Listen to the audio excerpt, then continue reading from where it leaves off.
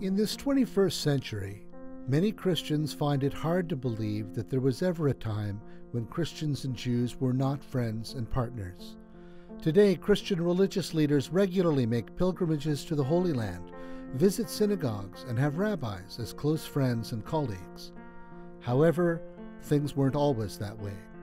For much of Christian history, Jews were portrayed as evil and suspicious, untrustworthy and dangerous, even as children of the devil and enemies of the church. Sister Charlotte Klein understood that tradition all too well. Born in Germany in 1915, she grew up as Adolf Hitler and his Nazi party were gaining power. She saw firsthand how they exploited negative Christian images of Jews and Judaism to foster fear, hostility, and violence against Germany's Jews. Although she and her family left Germany before the worst atrocities, she never forgot what she had witnessed in her youth.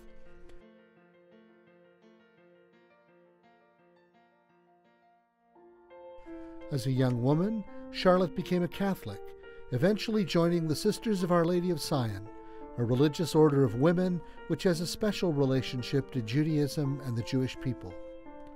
Beginning with her doctoral studies, she explored the ways in which secular and religious literature portrayed Jews in negative and often sinister ways. As the bishops of the Second Vatican Council were beginning their discussion of Judaism in 1962, Charlotte Klein was already founding a study center for Christian-Jewish relations. It became a major source of educational materials, helping Christians to think about Judaism and the Bible in dramatically new and transformative ways. A skilled linguist and teacher, Sister Charlotte crisscrossed Europe, offering classes and lectures on Judaism and Christianity, challenging stereotypes and prejudice, and helping to educate both lay people and the clergy. Working in both English and German, she wrote articles and eventually an entire book on the ways in which Christian theology had absorbed anti-Jewish ideas and how those ideas could be corrected.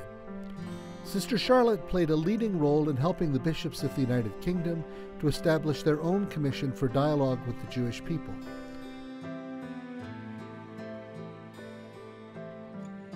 Sister Charlotte Klein was an eyewitness to some of the darkest days of modern European history, and she understood her religious vocation as a calling to build bridges of respect, understanding, and friendship between Jews and Christians. She was an energetic, creative, and passionate voice for the new vision of Judaism that her church was crafting.